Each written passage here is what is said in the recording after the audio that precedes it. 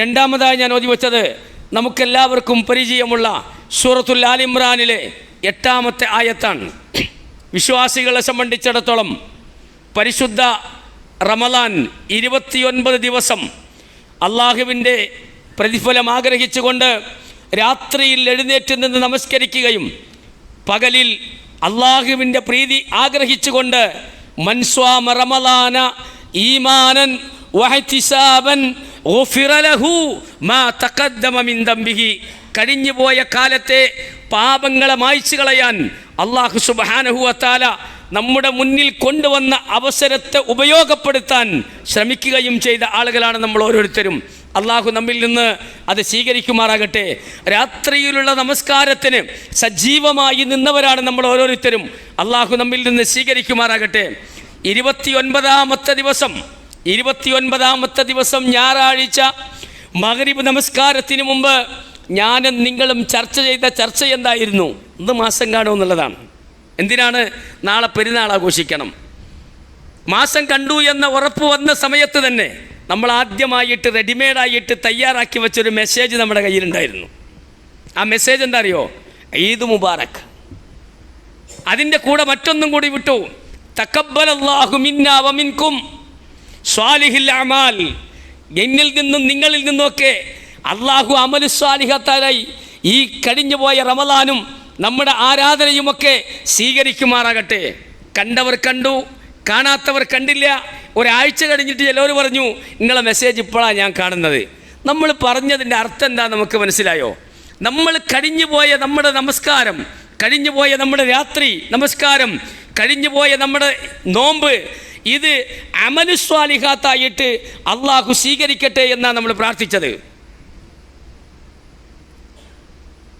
അതിൽ നമുക്ക് ഉറപ്പുണ്ടോ എന്നുള്ളതാണ്. ഉറപ്പോട് കൂടിയാണോ ഇത് അമലു സ്വാലിഹാത്തായിട്ട് അള്ളാഹു സ്വീകരിക്കട്ടെ എന്ന് പറഞ്ഞത്? അള്ളാഹ് ഖുർആനിലൂടെ പറയാൻ, ഇല്ലല്ലദീന ആമനൂ വഅമിലു സ്വാലിഹാത്ത്, വിശ്വസിക്കുകയും സൽക്കർമ്മങ്ങൾ പ്രവർത്തിക്കുകയും ചെയ്തവരൊഴികെ, വൽ അസ്ർ, കാലം തന്നെയാണ് സത്യം, ഇന്നൽ ഇൻസാന ലഫീ ഖുസ്ർ, തീർച്ചയായും മനുഷ്യർ നഷ്ടത്തിലാണ്. ആരാ നഷ്ടത്തിലുള്ളവർ? ഇല്ലല്ലദീന ആമനൂ, വിശ്വസിക്കുകയും വഅമിലു സ്വാലിഹാത്ത്, സൽക്കർമ്മങ്ങൾ പ്രവർത്തിക്കുകയും ചെയ്തവരൊഴികെ എല്ലാവരും നഷ്ടത്തിലാണ്. ഇത് സൽക്കർമ്മമാണോ എന്ന് എപ്പോഴാണ് നമ്മളറിയാം? പരലോകത്തെത്തുമ്പോൾ. വിശ്വാസികളോട് അല്ലാഹു പറയാൻ, നിങ്ങൾ കർമ്മം ചെയ്യുന്ന ആളുകളാണ്, നിങ്ങളാണ് കൂടുതൽ പേടിക്കേണ്ടത്. ഫവൈലുൽ ലിൽ മുസല്ലീൻ, നമസ്കരിക്കുന്നവർക്കാണ് നാശം. അല്ലദീനഹും അൻ സ്വലാത്തിഹിം സാഹൂൻ, അവരവരുടെ നമസ്കാരങ്ങളിൽ അശ്രദ്ധരാണ്. ദാനം ചെയ്യുന്നവർക്കാണ് അള്ളാഹുവിൻ്റെ അടുത്ത് ശിക്ഷയുള്ളത് നമുക്ക് പറയാൻ പറ്റൂലെങ്കിലും ദാനത്തിന് പ്രതിഫലമില്ലാതെ, അതെങ്ങനെ? അത് ആളുകൾ കാണുന്ന രീതിയിലാകാതിരിക്കൽ, രഹസ്യമാകൽ. ഇങ്ങനെ ഈ കർമ്മം ചെയ്യുന്ന ആളുകളെ സംബന്ധിച്ചിടത്തോളമാണ് ഏറ്റവും കൂടുതൽ സൂക്ഷിക്കേണ്ടത്. ഇന്ന് വെള്ളിയാഴ്ചകളിൽ നമ്മൾ നിരന്തരമായി പാരായണം ചെയ്തുകൊണ്ടിരിക്കുന്ന സൂറത്തുൽ കഹ്ഫിൻ്റെ അവസാന ഭാഗത്ത് ഒരായത്തുണ്ട്. വിശ്വാസികളെ നമ്മളെ കരയിപ്പിക്കണം, നമ്മളെ ചിന്തിപ്പിക്കണം. കാരണം എന്താണെന്നറിയോ? നാളെ പരലോകത്തേക്ക് വേണ്ടിയാണ് നമ്മുടെ ഈ ഇരുത്തം. കഴിഞ്ഞ നോമ്പ്, നമസ്കാരം, ഉംറകൾ, ഹജ്ജ്, ദാനധർമ്മം എല്ലാം പരലോകത്തെത്തിയാൽ അള്ളാഹുവിൻ്റെ റസൂലിനോട് സ്വഹാബത്തിന് പറഞ്ഞു കൊടുക്കാൻ പറയാൻ, പ്രവാചകരെ നിങ്ങൾ പറഞ്ഞു കൊടുക്കണം, ഖുൽ ഹൽ നുനബ്ബിയുകും ബിൽ അക്സരീന അമാലാ, പ്രവർത്തികൾ ഏറ്റവും നഷ്ടപ്പെട്ടവരെ കുറിച്ച് പ്രവാചകരെ ഞാൻ താങ്കൾക്ക് പറഞ്ഞു തരട്ടെയോ? അല്ലദീന ലല്ല സഅയുഹും ഫിൽ ഹയാത്തിദ് ദുനിയാ, ഇഹലോക ജീവിതത്തിൽ അവരുടെ പരിശ്രമങ്ങൾ നിഷ്ഫലമായി പോയിട്ടുണ്ട്. ഇന്ന് 10:30 മണിക്ക് നമ്മുടെ പള്ളിയിൽ ജുമാക്ക് വേണ്ടി പ്രതിഫലത്തിന് വേണ്ടി വന്ന് ഒതുണ്ടാക്കി തഹിയ്യത്ത് നമസ്കരിച്ച് ഖുർആൻ ഓതിയിരിക്കുന്ന ആളെ ഞാൻ കണ്ടു. അള്ളാഹു സ്വീകരിക്കട്ടെ. കഴിഞ്ഞ റമളാനിൽ നോമ്പ് തുറന്നതിന് ശേഷം ഒരു കുപ്പി വെള്ളവുമായി ഒരു ചെറിയ പൊതിയുമായിട്ട് മഗ്രിബ് നമസ്കാരത്തിന് വന്നിട്ട് തറാവീഹും കഴിഞ്ഞു പോകുന്ന ആളുകളെയും ഞാൻ കണ്ടിട്ടുണ്ട്. അള്ളാഹു സ്വീകരിക്കട്ടെ. ഇതൊക്കെ എന്തിനാണെന്നറിയോ? അള്ളാഹു നമ്മുടെ മുന്നിൽ കൊണ്ടുവന്ന അവസരങ്ങളെ ഉപയോഗപ്പെടുത്താൻ, അവർക്ക് കിട്ടിയ പ്രചോദനം, അവർ കേട്ട ഖുർആൻ, അവർ കേട്ട ക്ലാസുകൾ, അവർ പഠിച്ച സ്വഹാബിമാരുടെ ജീവിതത്തിൽ നിന്ന്, പ്രവാചകൻ സല്ലല്ലാഹു അലൈഹി വസല്ലമയുടെ ജീവിതത്തിൽ നിന്ന്, അവരുടെ തിരക്കുകൾക്കിടയിൽ, അവരുടെ കച്ചവടത്തിനിടയിൽ, അവരുടെ യാത്രകൾക്കിടയിൽ അവർ കേട്ട ക്ലിപ്പുകൾ, അവർ കേട്ട പ്രസംഗങ്ങൾ, കിട്ടുന്ന അവസരങ്ങൾ ഉപയോഗപ്പെടുത്താൻ അവർ പരിശ്രമിക്കുകയായിരുന്നു.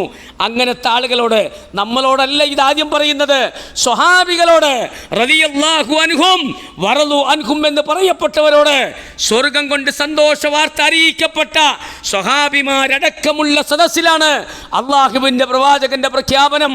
ഖുൽ ഹൽ നുനബ്ബിഉകും ബിൽ അക്സരീന അഅ്മാലാ. പ്രവാചകരെ, നിങ്ങൾ പറഞ്ഞു കൊടുക്കണേ, പ്രവർത്തികൾ ഏറ്റവും നഷ്ടപ്പെട്ടവരെ കുറിച്ച് പറഞ്ഞു കൊടുക്കണേ. അല്ലദീന ലല്ല സഅയുഹും ഫിൽ ഹയാത്തിദ് ദുനിയാ. ഇഹലോക ജീവിതത്തിലെ അവരുടെ പരിശ്രമങ്ങൾ നിഷ്ഫലമായി പോയിട്ടുണ്ട്. നോക്കി, ഈ ആയത്തിൻ്റെ കുറച്ച് മുന്നോട്ടായിട്ടൊരായത്തുണ്ട്. അള്ളാഹു നമ്മളെ രക്ഷപ്പെടുത്തട്ടെ. ഇടത് കയ്യിലാണ് ഗ്രന്ഥം ലഭിക്കുന്നതെങ്കിൽ പടച്ചോനോട് പറയുന്നൊരു പറച്ചിലുണ്ട്. ഖാലൂ യാ വൈലതനാ മാലി ഹാദൽ കിതാബ് ലാ യുഗാദിറു സഗീറതൻ വലാ കബീറതൻ ഇല്ലാ അഹ്സാഹാ. പടച്ചോനെ, ഞാൻ പ്രവാചകനല്ല, ഞാൻ സ്വഹാബിയല്ല, ഞാൻ സ്വർഗം കൊണ്ട് സന്തോഷ വാർത്ത അറിയിക്കപ്പെട്ട ആളല്ല, ഞാനൊരു സാധാരണക്കാരനാണ്, കച്ചവടക്കാരനാണ്, ഒരുപാട് ടെൻഷനുകൾ ഉള്ള ആളാണ്, കുടുംബത്തിൽ ഒരുപാട് പ്രശ്നങ്ങളുള്ള ആളാണ്, സമൂഹത്തിൽ ഒരുപാട് പ്രയാസങ്ങളുള്ള ആളാണ്. പടച്ചോനെ, നിന്റെ പള്ളിയുടെ മിമ്പറിൽ നിന്ന്, മീറാബിൽ നിന്ന് ബാങ്ക് വിളി കേട്ടു, ഹയ്യ അലസ്വലാ എന്ന വിളിയാളം കേട്ടിട്ട് ഞാനിതാ ഇന്ന ദിവസം അസർ നമസ്കരിച്ചിട്ടുണ്ട് റബ്ബേ, സുബഹി നമസ്കരിച്ചിട്ടുണ്ടല്ല. അതെന്താ ഇതിൽ കാണാത്തത്? നമ്മുടെ ശ്രദ്ധ ഒന്ന് തിരിച്ചു പോയിട്ടുള്ളൂ, ഒന്ന് മാറിയിട്ടുള്ളൂ. ലാ യുഗാദിറു സഗീറതൻ വലാ കബീറതൻ ഇല്ലാ അഹ്സാഹാ. ചെറുതും വലുതുമായ എല്ലാ കാര്യങ്ങളും നീ ഇതിൽ രേഖപ്പെടുത്തി വച്ചിട്ടുണ്ട്. ഒന്നും വിട്ടുപോയിട്ടില്ല, ഒന്നും വിട്ടുപോയിട്ടില്ല. നോക്കി നിങ്ങൾ, നമ്മൾ വിചാരിക്കാൻ വഹും യക്സബൂന അന്നഹും യുക്സിനൂന സുൻആ. നമ്മൾ വിചാരിക്കണം നമ്മൾ ചെയ്തത് ശരിയാണെന്ന്. ഞാൻ ജുമാക്ക് വന്നു, ഒന്നാമത്തെ സഫിൽ നിന്നു, ആദ്യമെത്തി, ഞാൻ ചെയ്തത് ശരിയാണ് എന്ന് നമ്മൾ വിചാരിക്കാൻ. പക്ഷേ ആ വിചാരങ്ങളൊക്കെ സാധാരണ മനുഷ്യർക്കുണ്ടാകും. പക്ഷേ അല്ലാഹു സുബ്ഹാനഹു വ തആല പറഞ്ഞെന്തറിയോ? എന്തൊരു പ്രവർത്തനങ്ങൾ ചെയ്താലും, എന്ത് പ്രവർത്തനങ്ങൾ ചെയ്താലും നിങ്ങൾ അത് പടച്ചോനെ കൊണ്ട് സ്വീകരിപ്പിച്ചിട്ടേ ഇവിടുന്ന് പോകാവൂ. അതെങ്ങനെയാണെന്നുള്ളതാണ്.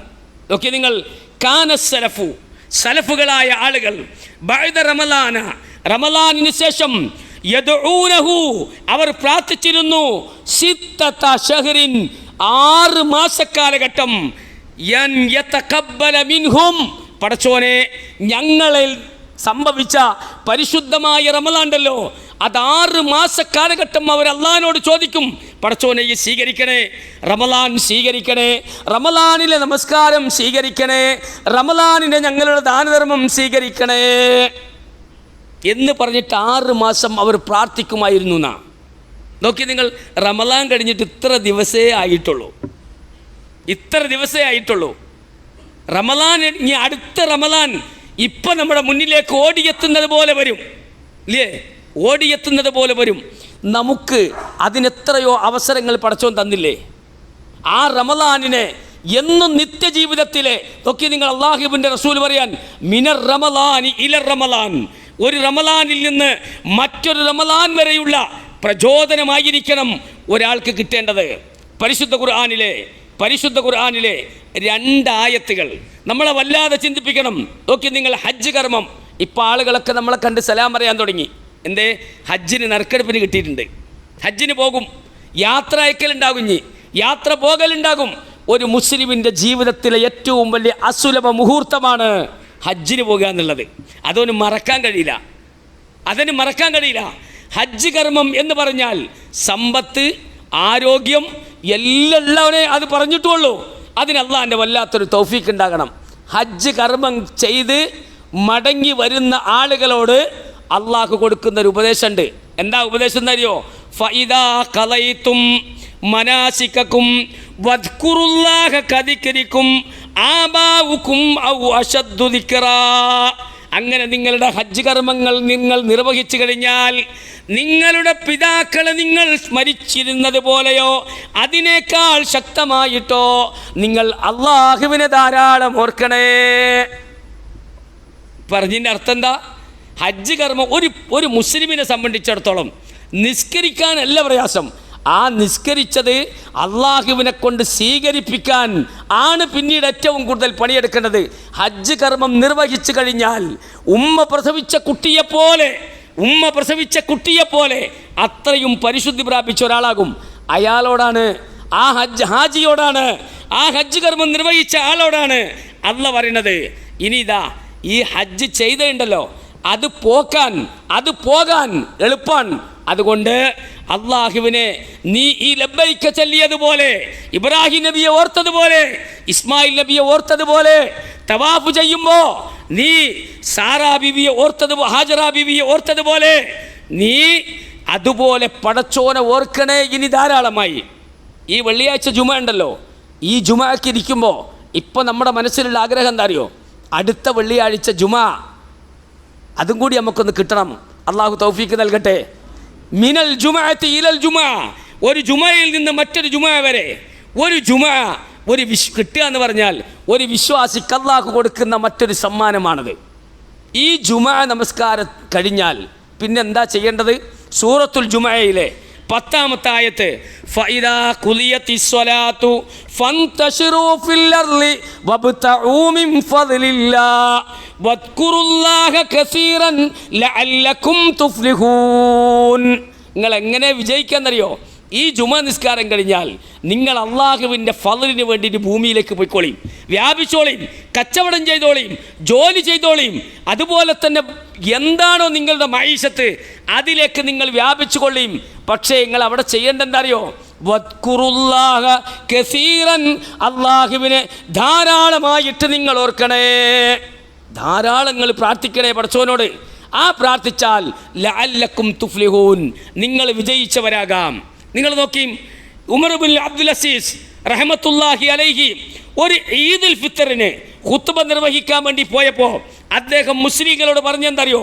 ഫഖാല അയ്യുഹന്നാസ്, ജനങ്ങളെ, അയ്യുഹന്നാസ് അന്നക്കും സുംതും ലില്ലാഹി 30 യൗമ, നിങ്ങൾ 30 ദിവസം അള്ളാഹ്ക്ക് വേണ്ടി നോമ്പെടുത്തിട്ടുണ്ട്. വഖുംതും ലില്ലാഹി 30 ലൈല, 30 ദിവസം നിങ്ങൾ രാത്രി നിന്ന് നമസ്കരിച്ചിട്ടുണ്ട്. വഖറജതുമുൽ യൗമ, നിങ്ങൾ ഇന്നത്തെ ദിവസം പെരുന്നാളാണ് ഈ നാളെ എന്ന് ഉറപ്പിച്ചത് കൊണ്ട് നിങ്ങൾ ഇന്നത്തെ ദിവസം ഈ പെരുന്നാൾ നമസ്കാരം കഴിഞ്ഞ് ഇവിടുന്ന് പുറത്തേക്ക് പോകുകയാണ്. തസ്അലൂനല്ലാഹ്, നിങ്ങൾ അല്ലാഹുവിനോട് ചോദിക്കണം. അലാ അൻ തഖബ്ബല മിൻഹും, നിങ്ങൾ ചെയ്ത ഇബാദത്തുകൾ അള്ളാഹുവിൽ നിന്ന് സ്വീകരിക്കാൻ നിങ്ങൾ പടച്ചോനോട് ചോദിച്ചു കൊണ്ടേയിരിക്കണം. നമ്മുടെ മനസ്സൊക്കെ മാറി അല്ലേ? നോമ്പെന്നത് മാറി, ഉച്ചക്ക് വിശക്കാൻ തുടങ്ങി അല്ലേ? നേരത്തെ ഉറങ്ങണമെന്ന് തോന്നിത്തുടങ്ങി. അതുപോലെ തന്നെ നമ്മൾ സത്യസന്ധമായി സംസാരിച്ചിരുന്ന ആളുകൾ കുറച്ചൊക്കെ കളവ് പറയാൻ തുടങ്ങി അല്ലേ? ഇങ്ങനെയൊക്കെ തുടങ്ങി. നോക്കി നിങ്ങൾ, ഇബ്നുൽ ജൗസി റഹിമഹുല്ല അദ്ദേഹം റമളാനിൻ്റെ ചൗദന്യം നിലനിർത്താൻ അദ്ദേഹത്തിൻ്റെ സ്വഹാബികൾക്ക് പറഞ്ഞു കൊടുത്ത ഒരു 5 കാര്യങ്ങൾ എന്താ അറിയോ? 1, തിലാവത്തുൻ, നിങ്ങൾ ധാരാളം ഖുർആൻ ഓതണം. ബിതദബ്ബുറിൽ മഅന, അർത്ഥത്തോടുകൂടി. റമളാനിൻ്റെ ചൈതന്യം നിലനിർത്താൻ നിങ്ങൾ ചെയ്യേണ്ടെന്നറിയോ? റമളാനിൽ ഇവിടെ നിന്ന് വന്നോക്കിയും എല്ലാ ആളുകളുടെ മൊബൈലും ഓണ്, അതിലൊക്കെ ഖുർആനോത്ത്, ആളുകളുടെ കയ്യിൽ ഖുർആൻ. ഇപ്പം അത് പോയില്ലേ? അത് കുറഞ്ഞില്ലേ? അതുകൊണ്ട് അത് നിങ്ങൾ കയ്യിലുണ്ടായിരുന്നപ്പോൾ നിങ്ങൾക്കുണ്ടായിരുന്ന സന്തോഷമുണ്ടോ? അത് താഴെ വെച്ചാൽ അതില്ലാണ്ടാകും. അതുകൊണ്ട് നിങ്ങൾ ഖുർആൻ അർത്ഥസഹിതം പാരായണം ചെയ്യണം. വലിൽ മതനിൽ ഹല, നിങ്ങളുടെ വയറടക്കടക്കൊന്ന് കാലിയാക്കണം. തിങ്കളാഴ്ചയും വ്യാഴാഴ്ചയും സുന്നത്ത് നോമ്പുണ്ട്. അതുപോലെ തന്നെ അയ്യാമിൽ ബീദിൻ്റെ നോമ്പുണ്ട്. ആ ദിവസങ്ങളിലൊക്കെ നിങ്ങളുടെ നോമ്പെടുക്കാൻ വേണ്ടി ശ്രമിച്ചു കൊണ്ടിരിക്കണം. വഖിയാമു ലൈലത്തിൻ, രാത്രിയിൽ നമസ്കാരം എപ്പോഴും ഉണ്ട്. നോമ്പിന് മാത്രമല്ല, കുറച്ച് നേരത്തെ എഴുന്നേറ്റ് ഒരു 3 റക്അത്തെങ്കിലും നമസ്കരിക്കാൻ നിങ്ങൾ പരിശ്രമിച്ചു കൊണ്ടിരിക്കണം. വതലറഉ ബിശ്ശഹർ, അത്താഴത്തിൻ്റെ സമയത്ത് നിങ്ങൾ പടച്ചോനോട് പ്രാർത്ഥിക്കണം. ഏത് തിങ്കളാഴ്ച, വ്യാഴാഴ്ച, അയ്യാമുൽ ബീദ്, ഈ സമയത്തൊക്കെ അത്താഴത്തിൻ്റെ സമയത്ത് നിങ്ങൾ അള്ളാഹുവിനോട് ചോദിക്കുന്നത് അള്ളാഹു തട്ടുകയില്ല. അഞ്ചാമത്തെ കാര്യം മുജാലിസാത്തി സ്വാലിഹീന, നല്ല ആളുകളുടെ അടുത്ത് പോയിട്ട് നിങ്ങൾ കുറച്ച് സമയം ചെലവഴിക്കണം. സ്വാലിഹീങ്ങളായ ആളുകളുടെ അടുത്ത് പോയിട്ട് അവരോട് ചോദിച്ചു പഠിക്കണം, അവരെ കണ്ടു പഠിക്കണം. രോഗികളടുത്ത് പോകണം, എന്നിട്ട് ഒന്ന് കാണണം. പടച്ചോനെ, എനിക്ക് ഈ അവസ്ഥ അല്ലല്ലോ, അതുകൊണ്ട് ഞാൻ ഭാഗ്യവാനാണ്, ഞാൻ കൂടുതൽ ഇബാദത്ത് ചെയ്യാൻ ബാധ്യസ്ഥനായ ആളാണ് എന്ന നിലക്ക് വരുന്ന കാലങ്ങളിലേക്ക് കഴിഞ്ഞ റമളാനിൻ്റെ പ്രചോദനങ്ങൾ ഉൾക്കൊണ്ടാൽ നമുക്ക് വിശ്വാസികളാകാൻ കഴിയും, വിജയിക്കാൻ കഴിയും. അത്തരക്കാരായ ആളുകളുടെ കൂട്ടത്തിൽ അള്ളാഹു നമ്മെ ഉൾപ്പെടുത്തുമാറാകട്ടെ.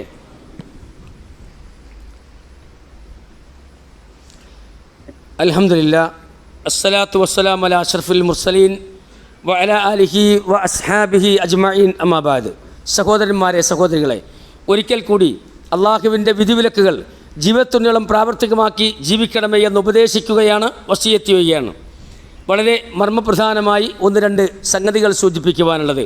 ഒന്ന്, ഇന്ന് നമ്മുടെ പള്ളിയുടെ കലക്ഷനാണ്.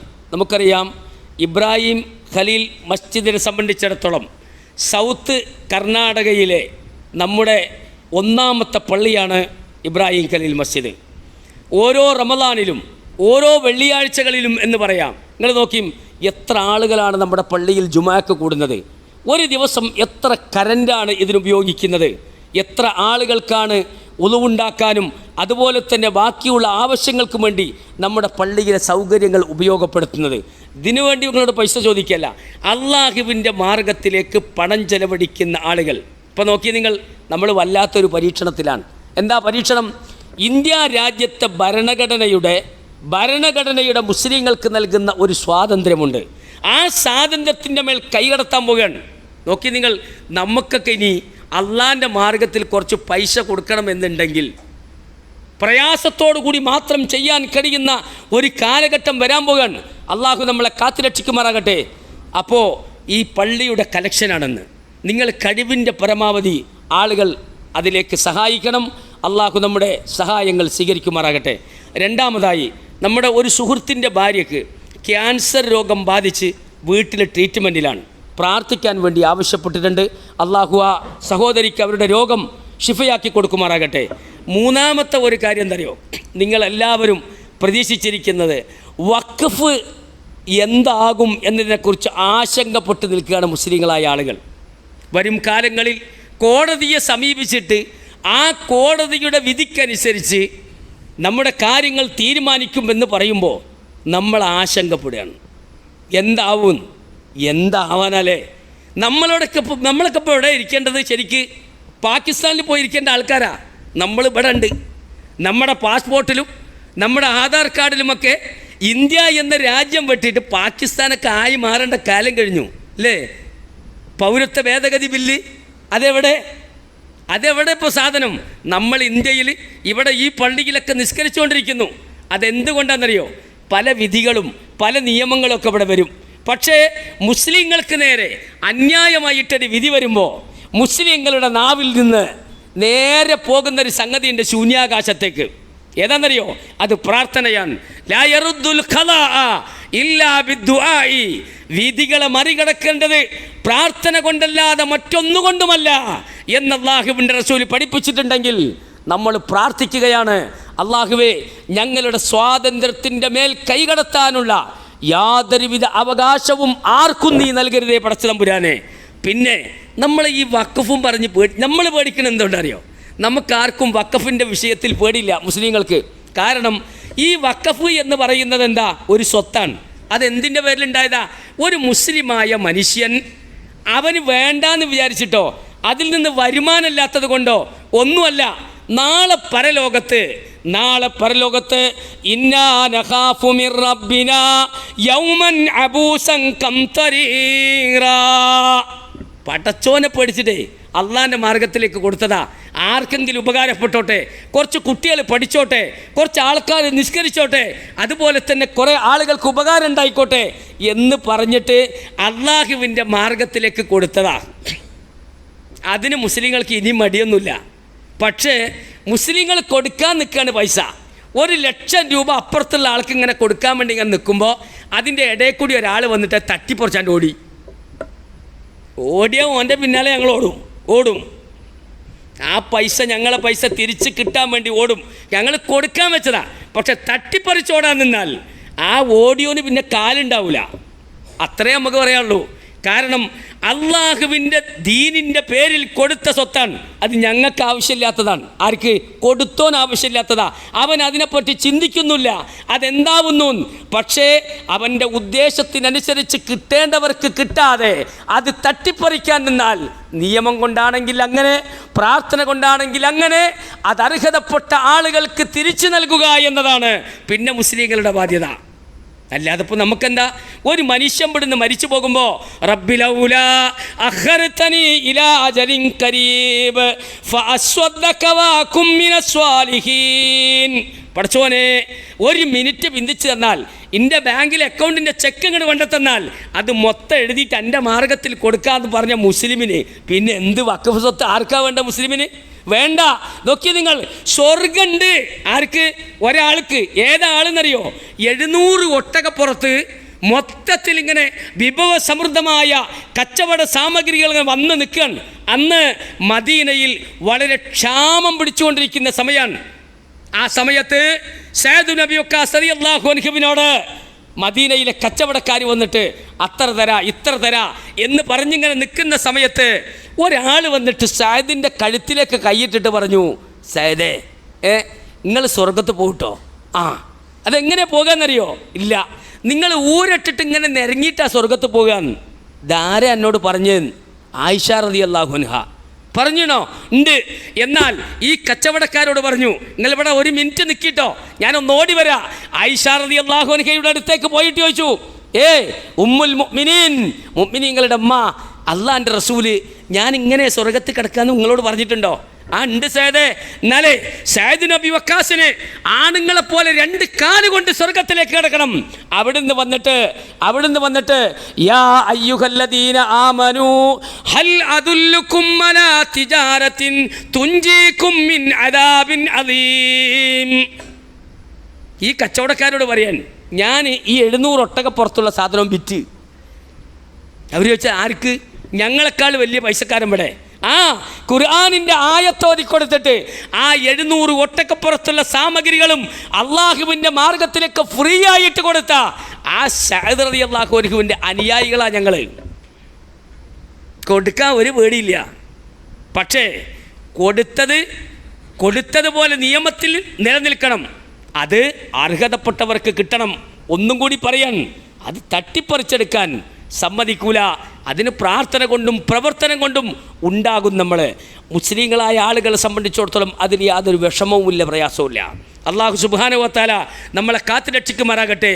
അത് നോക്കി നിങ്ങൾ, നമ്മളൊക്കെ എത്രവിധ പ്രയാസങ്ങൾ ഉണ്ടായാലും മുസ്ലിങ്ങളെ സംബന്ധിച്ചിടത്തോളം ഇന്ത്യ രാജ്യത്തിൽ ജീവിക്കുമ്പോൾ ആ രാജ്യത്തിൻ്റെ ഭരണഘടനക്കനുസൃതമായി ജീവിക്കണം എന്നാഗ്രഹിക്കുന്ന ആളുകളാണ് നമ്മൾ. ജീവിക്കാൻ അനുവദിക്കൂല എന്ന് പറയുമ്പോൾ പിന്നത് കാര്യം അള്ളാഹ് നോക്കിക്കോളും. പ്രാർത്ഥന കൊണ്ട് ഞങ്ങളുണ്ടാകും. അല്ലാഹു സുബ്ഹാനഹു വ തആല സജീവമായ ആരോഗ്യമുള്ള മനസ്സിൻ്റെ ഉടമകളായി ജീവിക്കാൻ നമുക്ക് സൗഭാഗ്യം നൽകുമാറാകട്ടെ. നിയമം എന്ന് പറയുന്നത് എല്ലാവർക്കും അനുവദിക്കപ്പെട്ടതാണ്, അനുശാസിക്കപ്പെട്ടതാണ്. വരാനിരിക്കുന്ന നിയമവും വിധിയും മുസ്ലിങ്ങൾക്ക് അനുകൂലമായ അവസ്ഥയിലേക്ക് അള്ളാഹു ആക്കിത്തരുമാറാകട്ടെ. ഈ രാജ്യത്ത് സ്വതന്ത്രമായി ജീവിക്കാൻ അള്ളാഹു നമുക്ക് സൗഭാഗ്യം നൽകുമാറാകട്ടെ. നമ്മുടെ കൂട്ടത്തിൽ വ്യത്യസ്തമായ പ്രയാസങ്ങളിൽ പ്രയാസപ്പെടുന്ന ഒരുപാട് ആളുകളുണ്ട്. ആരോഗ്യപരമായി, ശാരീരികപരമായി, സാമ്പത്തികപരമായി, കച്ചവടപരമായി എല്ലാ ആളുകൾക്കും അല്ലാഹു സുബ്ഹാനഹു വ തആല അവരുടെ കച്ചവടത്തിലും അവരുടെ ആരോഗ്യസ്ഥിതിയിലും അതുപോലെ തന്നെ മറ്റു വിഷയങ്ങളിലും അവർക്ക് ആരോഗ്യവും ആഫിയത്തും പ്രദാനം ചെയ്യുമാറാകട്ടെ. നമ്മുടെ കൂട്ടത്തിൽ നിന്ന് മരണപ്പെട്ടു പോയ ആളുകൾക്ക് അല്ലാഹു മഗ്ഫിറത്തും മർഹമത്തും പ്രദാനം ചെയ്യുമാറാകട്ടെ.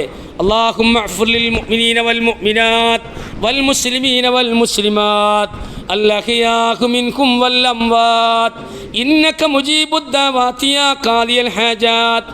ربنا اغفر لنا ولإخواننا الذين سبقونا بالإيمان ولا تجعل في قلوبنا غلا للذين آمنوا ربنا إنك رؤوف رحيم. اللهم أجرنا من النار اللهم أجرنا من النار اللهم أجرنا من النار ربنا آتنا في الدنيا حسنة وفي الآخرة حسنة وقنا عذاب النار آمين آمين برحمتك يا أرحم الراحمين.